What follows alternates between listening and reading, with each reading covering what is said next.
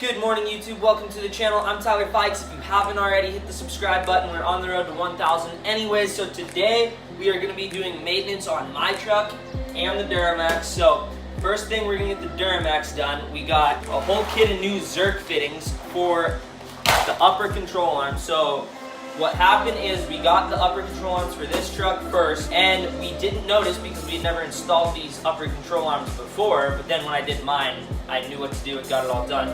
So it didn't come with these four, I have them right here, these four Zerk fittings for the upper control arms. Now let me show you what I'm talking about. So right in there, you can see there is a little hole right there. And I personally, first time doing this, didn't know what that was for, but it's on both sides.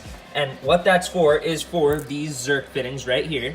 And the kit somehow didn't come with them, but they're meant to. I looked on the pictures after I realized that was the issue. So we need to put the Zerk fittings on there and grease it because this has been making a good amount of noise. It's not horrible, but you can definitely hear it whenever this flexes. So we need to get these in there and grease it so it hopefully stops making the noise. I'm gonna take it on a test drive after I get it all lubed up. And I just figured it's time for maintenance on both of the trucks. So what we're gonna do is get the Zerk fittings on, grease everything in the front, take it for a test drive, then the Duramax is done. Then we're gonna move to my truck, and if you haven't seen my last video, go check it out. I just put spacers on my truck in the back, 4-inch Bora spacers. So we're gonna take the tires off, re-torque the spacers, and then rotate the tires, and also grease everything just because we may as well keep everything greased. I don't think it really needs to be, but since I'm greasing everything on the Duramax, may as well grease that. And then just for the heck of it, check the tire pressure on all the tires, make sure everything is running right. So now I'm gonna put the Zerk fittings in.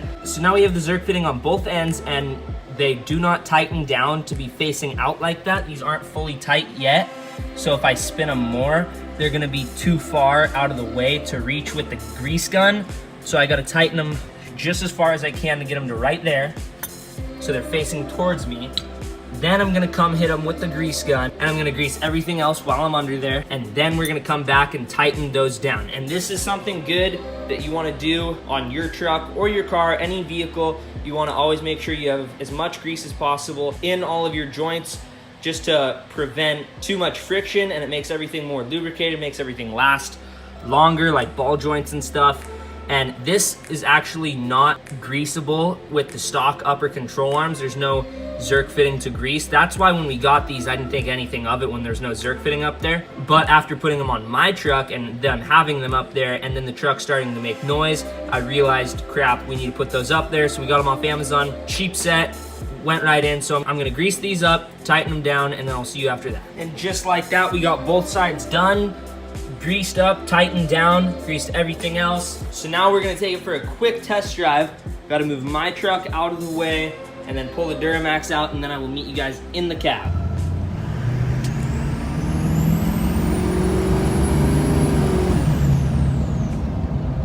So now we are back in the cab of my truck. If you guys can't tell by the no second row of seats and the tire gate and the flag, we're back in my truck. I just parked the Duramax across the street, took it for a test drive. Not much of a test drive, just a lap around the block. It still has to set all the grease, but I did not notice the noise as much, but we'll have to see how it goes. In the next couple of days or the next couple of drives, we'll be able to tell a lot better than just with one lap around the block. So for now, the Duramax is finished. We are done doing the maintenance on that. And now, like I said, we gotta get working on my truck. So I'm gonna go grease the front end, nothing interesting there, get that done.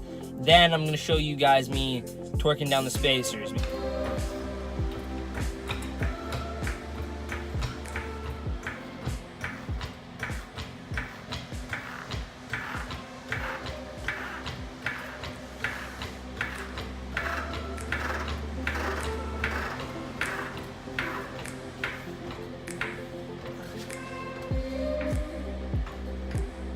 So now we have the front jacked up and on stands, and the rear, you can see back there, also on stands, and you can see full droop of the suspension with the new Cognito upper control arms, or new-ish. Definitely upped the travel. So now the plan is get that tire off, torque this spacer down, take this tire off, torque the spacer down, flop them, put them on, torque them down, and then repeat for the other side.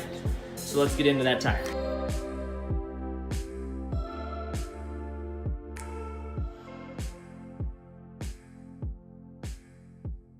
So here is the new wheel spacer. If you haven't seen the video, go check it out. But anyways, all we gotta do today, set this to 140 and torque it back down, just because Bora recommends after 5 miles of driving, which I've already done like 20, that you re-torque them down to factory specs, just to make sure everything is tight, because again, this is holding your wheel on. And that's kind of a big deal. So now we got it set at 140, we're gonna go through, torque them all down.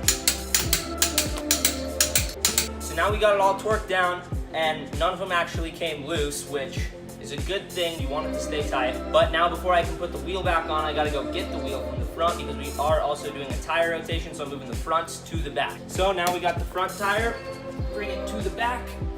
Make sure I have my hub-centric ring on there. That goes right on the spacer. Wheel is on, now we gotta tighten everything back down.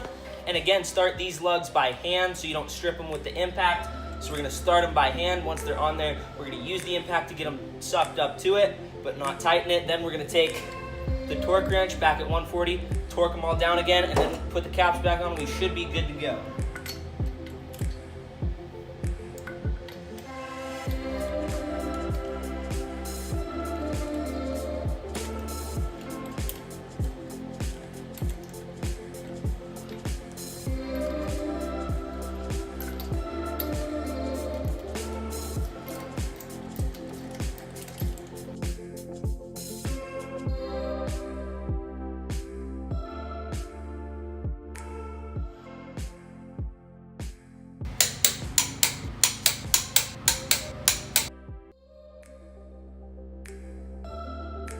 So now we got the back tire done. I am gonna go through the rest of the truck, get all the tires rotated, all the spacers torqued down. We've only done one so far. And then I'll catch up with you guys after I air up the tires. But first I want to show you guys the spacers I have up front. So this is the hub-centric ring that comes with the wheels.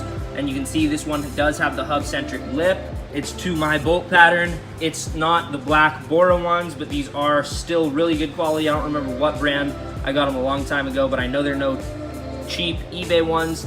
They were very similar pricing to the Bora spacers that I just got. So good quality, nothing wrong with these either. I'm gonna torque these down, finish the truck up, and I'll see you guys when I'm airing up the tires. All right guys, so this is what I'm gonna be using to air up the tires. It's hooked up to the reel over there that goes to the compressor over there, same one I used to take off all the wheels. And this thing's pretty cool. You use this right here and hook it on, and then it hooks on like that, and you can see it reads the pressure while you're filling it up. So these say max 40, and I just like to run max PSI usually because it gets you the best gas mileage on the road, least rolling resistance.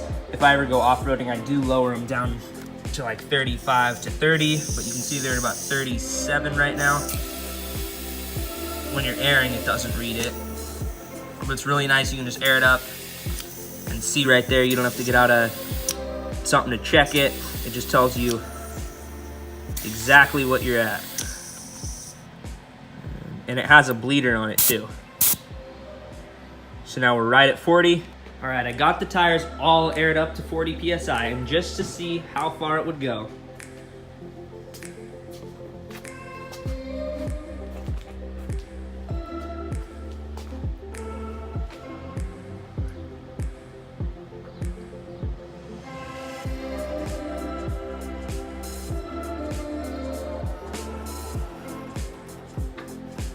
All right, so just messing around, I thought that would be cool, because I remember when I got these Leafs, they said they had 12 inches of travel. I had them custom built from SpringWorks, and as you guys could see, that definitely, I put it under, it definitely lifted it up a lot. I put the block of wood and the jack stand under the tow hitch, because that mounts right to the frame, and it'll lift up the body of the truck, but not the axle, so it got the max separation. And then as soon as I started to hear the tires start to squeak like they were coming off the ground, I stopped pumping, because that was max travel, and it got a lot of travel out of it. I think it has more travel in the back than it does in the front with the IFS and the Cognito upper control arms. So that was really cool to see how high up the back end comes, and just a little extra clip throw in the video somewhere, figured it would be cool. But anyways, the main thing we were doing in today's video is just maintenance on my truck and on the Duramax. Just make sure we get everything done, keep stuff lasting as long as possible, keep stuff safe by torquing down the spacers, because you don't want to be flying down the road and have a tire pop off. that would ruin my day. I don't know about you. But anyways, if you guys enjoyed the video, make sure to give it a big thumbs up. If this is your first time stopping in, please subscribe. Thank you for watching, and until next time, see you guys later.